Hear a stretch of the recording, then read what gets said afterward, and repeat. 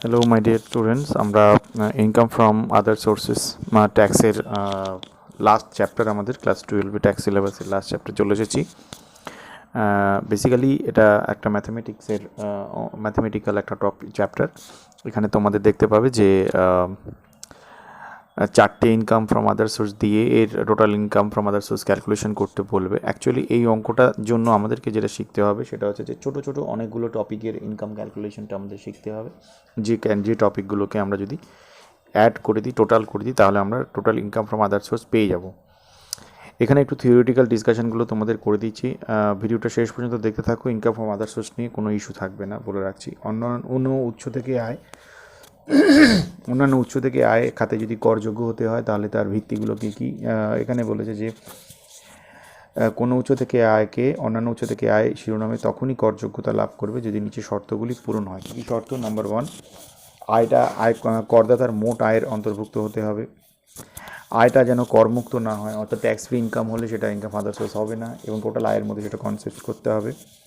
এবং অন্য চারটি খাতে আয়ের যেন এটা অন্তর্ভুক্ত না হয়। আমরা জানি যে income from salary, income from house property, income from capital gain এবং business income, profits and gains from business or profession, এই চারটে যে খাত আছে সেই চারটে খাতের থেকে যদি বাইরে কোনো খাত থাকে তাহলে সেটা হবে এই পঞ্চম খাত বা ইনকাম ফ্রম আদার সোর্সেস। এটা হলে আমরা কোনো আয়কে বলতে পারবো। এবার অন্যান্য উৎস থেকে আয় শিরোনামে কয়েকটি আয়ের কথা উল্লেখ করতে বলা হয়েছে। দেখো, তোমরা বুঝতে পারছো, লটারি, শব্দ জব্দ, ওয়ার্ড পাজল যেটা আমরা খেলি খবরের কাগজে বা অনলাইন, রেস কোর্স, ঘোড়ার দৌড় থেকে খেলা, তাস বা জুয়া বা অন্য কোনো খেলা থেকে আয়, টিভির যে গেম শোগুলো হয়, কৌন বনেগা করোড়পতি, অথবা তোমার খতরো কে খিলাড়ি, অথবা তোমার যেগুলো গানের শো বা নাচের যে বিভিন্ন শোগুলো হয় জি বাংলায়, সেই ডান্স বাংলা ডান্স, এগুলো ডান্স ইন্ডিয়া ডান্স, গুরুকুল, ফেম গুরুকুল, এখান থেকে আয় হলে যেটা হবে। নেক্সট হচ্ছে ভারতীয় কোম্পানি এবং ইউটিআই ছাড়া অন্য যে কোনো লভ্যাংশ থেকে অর্জিত হয় এই ডিভিডেন্ড ইনকাম, কিন্তু ভারতীয় কোম্পানি থেকে হলে হবে না, বিদেশি কোম্পানি থেকে হতে হবে। এবং যেটা মিউচুয়াল ফান্ডস থেকে পাওয়া ডিভিডেন্ড, কিন্তু সেটা ইউটিআই মিউচুয়াল ফান্ডের বাইরে অন্য কোনো ফান্ড থেকে আয় অর্জিত হতে হবে। নেক্সট হচ্ছে লগ্নিপত্র থেকে সুদ বা ইন্টারেস্ট ইনকাম, যেটা কিনা ব্যবসা বা পেশা থেকে আয় শিরোনামে বিবেচনা না হয়, অর্থাৎ এমন ইনকাম হবে যেটা যেন ইন্টারেস্ট ইনকাম হবে, যেটা ব্যবসা বা পেশা খায়ের অন্তর্ভুক্ত নয়। বাদ বাকি অন্য যে সমস্ত ইন্টারেস্ট থাকে সেগুলো সবই আদার সোর্সের মধ্যে আসবে। ব্যাংকের সুদ বাবদ আয়, গৃহ সম্পত্তির উপভাড়া থেকে অর্জিত হয়, অর্থাৎ আমি কোনো একটা ঘর ভাড়া নিয়ে সেই ঘর ভাড়াটাকে যদি আমি আরেকজনকে ভাড়া দিয়ে সেখান থেকে আয় করি, সেটাকে বলা হবে উপভাড়া। গৃহ সম্পত্তির উপভাড়া থেকে অর্জিত হয়, এটা আদার সোর্সে যাবে। সাংসদ হিসেবে প্রাপ্ত বেতন, স্যালারি, যারা কিনা এমপি বা এমএলএ বা এরা যারা স্যালারি পান সেটা আদার সোর্সে যাবে। এবং পরীক্ষক হিসেবে শিক্ষক কর্তৃক প্রাপ্ত পারিশ্রমিক, অর্থাৎ টিচাররা খাতা দেখার জন্য যে পারিশ্রমিক পান সেই পারিশ্রমিকটা ইনকাম ফ্রম আদার সোর্সে যাবে। এখানে 8টা উদাহরণ দেওয়া হয়েছে। এইবারে প্রশ্ন হচ্ছে যে যদি দান, যেটা কিছু প্রাপ্ত দান, যদি আমি কিছু নগদ প্রাপ্ত দান যদি পাই, প্রাপ্ত দান যদি কিছু পাই, তাহলে সেটার জন্য কীরকম নিয়ম আছে সেটাকে বলছে যে নগদ দানের কথা বলছে যে 2009 পর আত্মীয় নয়, অর্থাৎ অনাত্মীয় কারোর কাছ থেকে যদি আমি কোনো রকম প্রতিদান ছাড়া 50,000 টাকার বেশি নগদে বা চেকে বা ড্রাফটের মাধ্যমে যেভাবেই হোক দান হিসেবে গ্রহণ করি, ওই আয়ের পুরোটাই অন্যান্য উচ্চ খাতে আয় শিরোনামে করযোগ্য হবে।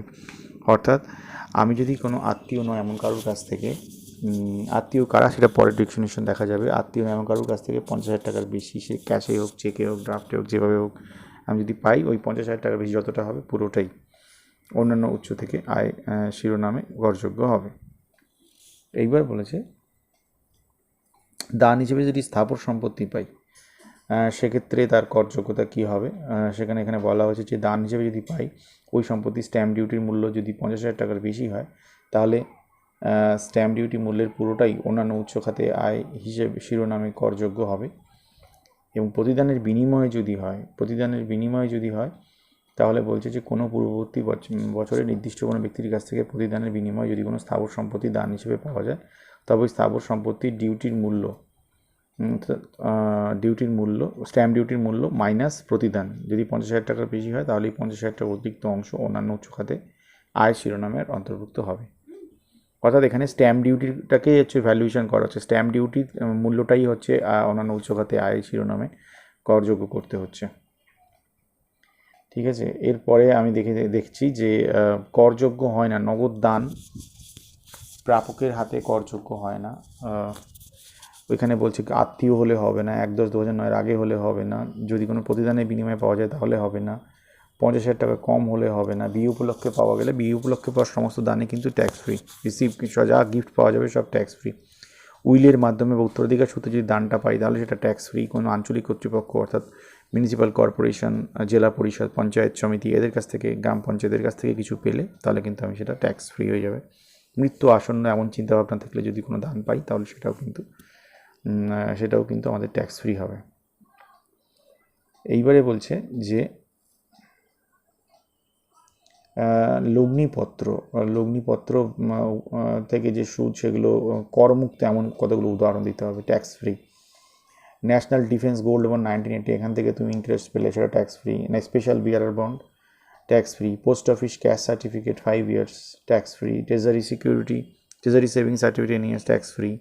এগুলো সব ট্যাক্স ফ্রি, দেখতেই পাচ্ছ। এগুলো পরীক্ষার খাতা যখনই দেখবে এইগুলোর কথা মেনশন করা আছে তখনই এগুলোকে থেকে যা ইনকামই হোক না কেন সেগুলোকে ট্যাক্স থেকে বাদ দিয়ে দেবে, মানে ওটাকে ইনকাম হিসেবে ধরবেই না। এইবারে বলেছে আমাদের অঙ্কের জন্য এটা খুবই ইম্পর্টেন্ট। বলছে লটারি থেকে তুমি যদি পুরস্কার মূল্য পাও তাহলে সেখানে তোমাকে কি করতে হবে। এখানে একটা এক্সাম্পল দিয়ে বলছে যে, আমি এখানে একটা অঙ্কটা উদাহরণ দিয়ে বলে দিলেই হবে যে তোমাকে লটারি থেকে যা টাকা পাওয়া যায় সেটা যেটা করা হয় সেটা হচ্ছে যে ওখান থেকে আগে ট্যাক্সটা বাদ দিয়ে তারপরে তোমার হাতে যেটা নেট যে অ্যামাউন্টটা আছে ওই অ্যামাউন্টটা তোমাকে দেওয়া হয়। এবার তোমাকে যেটা ফার্স্টে করতে হবে, নেটটাকে গ্রস আর্নিংয়ে কনভার্ট করতে হবে কি, এখানে দেখো লেখা আছে ইনকাম ফ্রম লটারি 49,000 টাকা during 2014-15। According to the rule of lottery he has given 5% of gross earnings from lottery to considered agents। ওই এজেন্টকে দেওয়া আছে 5%। The cost of lottery ticket হচ্ছে 100 টাকা টিকিটের দাম, কমপ্লিট ট্যাক্সেবল ইনকাম। এইবারে যেটা করতে হবে, আমরা জানি যে এখানে ট্যাক্স রেট হচ্ছে লটারিতে 30%। তাহলে যে 49,000 টাকা তুমি পেয়েছো সেটাকে আমাকে কনভার্ট করতে হবে ইন্টু 100/30 করে দিলেও হতো। 49,000 ইন্টু 100/30, 100/70 করে দিলেও হতো 70,000। এবার এই 70,000ই হচ্ছে তোমার 70,000ই হচ্ছে তোমার ইনকাম ফ্রম আদার সোর্স। এবার তার এখান থেকে কিন্তু ওই যেটা গ্রস আর্নিংয়ের উপর যেটা কমিশন দেওয়া হচ্ছে ওটাকে বাদ দিয়ে দিতে হবে, কারণ ওটা এজেন্টকে তোমায় দিচ্ছ, এবং এক্সপেন্সের জন্য কোনো ছাড় তুমি পাবে না, টিকিটের মূল্য বা কিছুর জন্য ছাড় পাবে না, 67,500। তাহলে এখানে আমরা একটা সুন্দর অঙ্ক দেখলাম যেখানে তোমার লটারি থেকে পাওয়া বা লটারি বা এইগুলো থেকে যে ক্রসওয়ার্ড পাজল, ঘোড়দৌড়, এখান থেকে আয় পেলে সেটা ঘোড়দৌড় ছাড়া লটারি বা এখান থেকে টাকা পেলে কী করে ট্যাক্স ক্যালকুলেশন করতে হয়। এবার একটা দেখো ঘোড়দৌড় রেস কোর্স থেকে যদি তুমি পাও, একটা অঙ্ক দেখে নিচ্ছি। Mister Tarun has earned income from race course 63,000, এই 30% ট্যাক্স বাদ দেওয়ার পর এক্সপেন্সেস 4,000।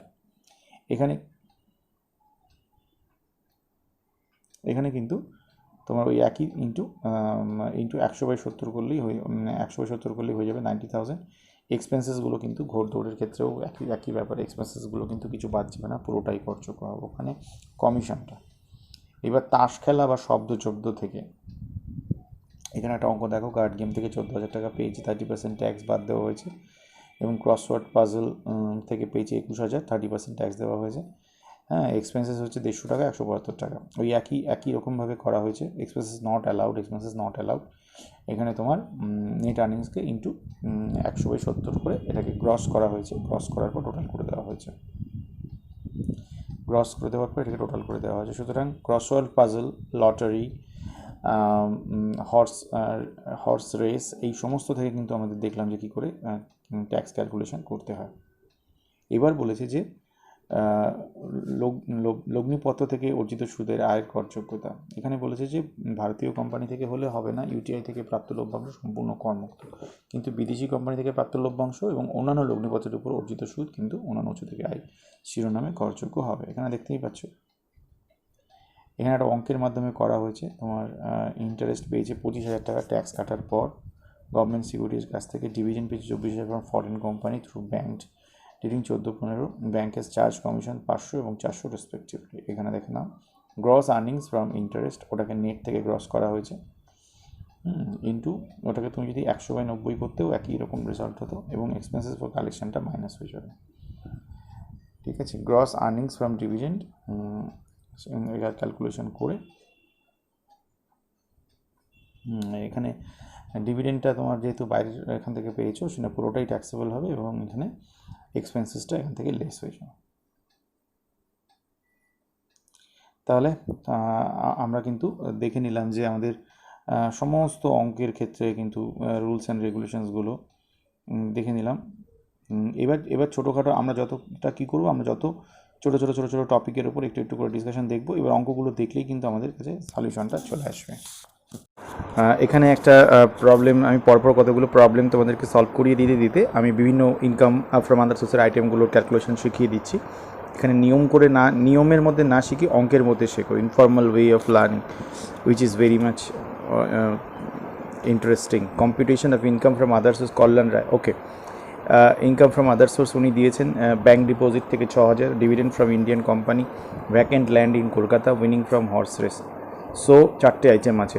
এখানে আমরা কী করব, interest from bank deposit 6,000 totally taxable, dividend from Indian company exempted under section 1033 nil. Section যদি পারো একদম শিওর থাকো লিখবে, নলে লিখবে না। Income from vacant land in Kolkata fully taxable, income from horse race fully taxable, কোনো ডিডাকশান কিন্তু হবে না হর্স রেস থেকে। মনে আছে জানো, মনে আছে তো? 10 আর 6 16, আচ্ছা 22, total income from other sources 22,000। এই একটা অঙ্ক গেল। এখানে আর একটা অঙ্ক আছে, তপন প্রধান দিয়েছে ডিভিডেন্ড ফ্রম ইউটিআই, আমরা জানি এটা tax free, remuneration receipt examiner taxable, interest from government bonds taxable, family pension. হ্যাঁ, এই অঙ্কটা আমাদের ফ্যামিলি পেনশন ক্যালকুলেশনটা শিখবে। এই অঙ্কটার মধ্যে তোমরা ফ্যামিলি পেনশনের অঙ্কটা শিখবে। এখানে বলছে যে ডিভিডেন্ড ফ্রম ইউটিআই আমরা জানি যে tax free nil, remuneration receipt as employee examiner taxable, interest in government bond taxable, family পেনশনের নিয়মটা কি? ফ্যামিলি পেনশনের নিয়ম হচ্ছে তুমি যে টাকাটা ফ্যামিলি পেনশন হিসেবে পাচ্ছ সেটা, হ্যাঁ, তার মধ্যে দুটো তুমি কিন্তু ছাড় আছে। দুটো ছাড়ের মধ্যে একটা কি ছাড় পাবে, লেস এই যে standard deduction under section 57 II-A list of the following, দুটো 1/3 of the pension that is 16,000 আর ম্যাক্সিমাম লিমিট 15,000, দুটো মিলে হচ্ছে 15,000। টোটাল হচ্ছে গিয়ে আমার এখানে 48 থেকে 15 গেলে 33, total taxable income from other sources এখান থেকে ক্যালকুলেশন হয়ে গেল। তাহলে ফ্যামিলি পেনশনটা তোমরা এখানে এই অঙ্কটার মধ্যে দিয়ে শিখলে। এবার একটা অঙ্ক আছে, এখানে দেখা যাচ্ছে agricultural land from situated in Mumbai, Thailand, UTI, dividend from UTI, dividend receive from Indian company, dividend receive from company, crossword puzzle. So দেখে নিচ্ছি ক্যালকুলেশনটা। এগ্রিকালচারাল ইনকাম ইন্ডিয়ান, যেহেতু মুম্বাইতে, এটা হচ্ছে agriculture income tax free nil. Agricultural land income situated in Thailand taxable fully taxable, dividend from UTI exempted, dividend receive from Indian company exempted, dividend receive foreign company fully taxable. আর crossword puzzle যেটা রয়েছে সেটাকে into 100/70 করে gross করে নেওয়া হয়েছে। Total income from others 57,000। তাহলে দেখতেই পাচ্ছ আমরা চটপট করে আমাদের প্রবলেমগুলোকে সলভ করে নিচ্ছি। Income from lottery 30% tax minus করার পর এজেন্টকে দিতে হচ্ছে কমিশন, ওটা মাথায় রাখতে হবে 49,000। Horse race 35,000, government securities TDS বাদ দেওয়ার পর এক্সপেন্সেস হয়েছে 1,500 টাকা। এটা আমরা দেখে নিচ্ছি। ইনকাম ফ্রম লটারি 30% অ্যাড করে 70,000, তার থেকে কমিশন বাদ 66,500। হর্স রেস ইন্টু 100/70 করে গ্রস করে নিলাম। ইনকাম ফ্রম গভর্নমেন্ট সিকিউরিটিস ওখানে আবার ইন্টু 100/90 করে আমি এটাকে গ্রস করলাম, গ্রস থেকে এক্সপেন্সেসটা মাইনাস করলাম 1,500, টোটাল পেয়ে গেলাম ইনকাম ফ্রম আদার সোর্সেস। ঠিক আছে, এখানে গভর্নমেন্ট সিকিউরিটিসের ক্ষেত্রে কিন্তু এই যে এক্সপেন্সেসটা হবে, এইসব এক্সপেন্সেসটা কিন্তু মাইনাস হয়ে যাবে। নেক্সট এই অঙ্গের মধ্যে আছে subletting, income from subletting, earn from subletting of a house 4,000, royalty এখানে কিছু একটা খরচ হয়েছে 10,000 টাকার মতো, 15,000 minus. Interest from public provident fund PPF থেকে 6,000 পেয়েছে। রেমুনারেশন রিসিভড এক্সামিনার হিসেবে ইনকাম ফ্রম স্যালারি। দারুণ অঙ্ক, মিক্সিং আছে অনেক কিছু। Earning from subletting of a house 4,000 into 12 48,000, less rent paid, যেটা ও রেন্ট দিয়েছে 2,000 টাকা পার মান্থ, ওটা লেস হবে। যে টাকাটা আমি রেন্ট দেবো সেটা লেস হয়ে যাবে ওখান থেকে। আর্নিং অ্যাজ রয়্যালটি থেকে ইনসিডেন্টাল এক্সপেন্স অবশ্যই মাইনাস হবে 40,000। পিপিএফ থেকে যেটা তুমি ইন্টারেস্ট পাচ্ছ ওটা ট্যাক্সেবল নয়। আনসার স্ক্রিপ্ট চেক করে যেটা পাচ্ছ সেটা কিন্তু ট্যাক্সেবল। ঠিক আছে, এখান থেকে কিন্তু আমার ক্যালকুলেশন হয়ে গেল ইনকাম ফ্রম আদার সোর্সেস। এইবারে আমি অঙ্কটা দেখে নিচ্ছি, নতুন কোনো আইটেম থাকলে এটা আমি দেখে নেবো একবার। হ্যাঁ, গিফট আছে, gift from grandfather, gift from brother of grandfather, gift, income from card game, income from family pension, অনেক কিছুই আছে অঙ্কটার মধ্যে, দেখে নিচ্ছি। টিডিএস করা আছে ইন্টারেস্ট থেকে, সাবলেটিংও আছে। সো দেখে নিচ্ছি, gross income from bank as interest, ওটাকে গ্রস করে নেওয়া হচ্ছে 190। আচ্ছা, rent from subletting 8000 into 12 less rent paid 4000 into 12, 4 এবং 48। গিফট ফ্রম গ্র্যান্ডফাদার, এটা যেহেতু গ্র্যান্ডফাদার যেহেতু আত্মীয়, তার থেকে পেলে সেটা ট্যাক্সেবল নয়, কিন্তু গ্র্যান্ডফাদারের ভাইয়ের কাছ থেকে পেলে এটা কিন্তু ট্যাক্সেবল। পেয়েছিলাম 52,000, পুরোটাই taxable. Next, gross earning from card game, ওটাকে গ্রস করে নিচ্ছে 100/70 করে 30,000। আর ইনকাম ফ্রম ফ্যামিলি পেনশন, ওটা হচ্ছে 1/3 আর 15,000, যেটা কম 9,000 টাকা কম, 18,000 টাকা taxable.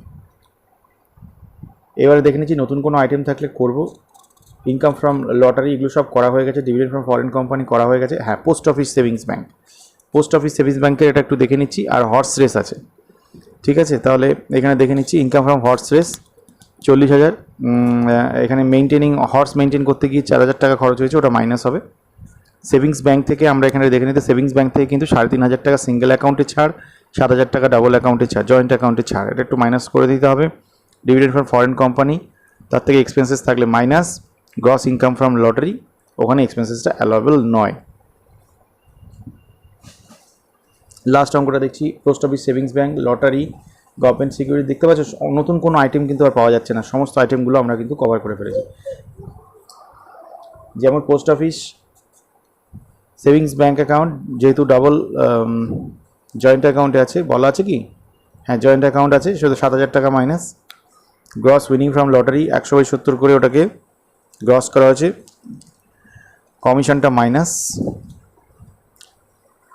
Interest from government security ওটাকে গ্রস করা হয়েছে। ইনকাম ফ্রম কস্ট পার্সেল ওটাকে গ্রস করা হয়েছে, এক্সপেন্সেস নট অ্যালাউড। সো আমরা এখানে 8খানা অঙ্ক আমি এখান থেকে তোমাদেরকে করে দিলাম, তার সঙ্গে তার অঙ্কের মধ্যে ছোটো ছোটো পার্টগুলো আগে ছিল। 10 থেকে 12খানা অঙ্ক এখানে আমাদের আলোচনার মধ্যেই আমরা প্র্যাকটিস করে ফেললাম। আশা করি এই চ্যাপ্টার নিয়ে তোমাদের আর কোনো রকম ডাউট বা কিছু থাকবে না, কনফিডেন্সের সাথে প্রবলেমগুলো সলভ করতে পারবে। ইনকাম ট্যাক্সের যে পার্টটা আমি করাচ্ছিলাম কস্টিং অ্যান্ড ট্যাক্সেশন বই থেকে, সেটা কিন্তু কভার্ড আপ হয়ে গেল, পুরোটা অফিসিয়ালি ক্লোজড হয়ে গেল। এবার যেটা রেগুলার ক্লাস হবে, সেই রেগুলার ক্লাসে আমরা প্রতিদিন অল্প অল্প করে জিনিস তোমাদের সঙ্গে কাছ থেকে জেনে নেবো, কোনো অসুবিধা আছে কি না, ইন্টারাকশন বা যদি কোনো হোমওয়ার্ক বা ক্লাস ওয়ার্ক দেওয়া যায় সেটা আমি দেখছি অনলাইনে। তোমাদের থ্যাংক ইউ জানাচ্ছি ভিডিওগুলো দেখার জন্য, এগুলো ফলো করার জন্য। শিখতে থাকো, ভালো থাকো সবাই, থ্যাংক ইউ।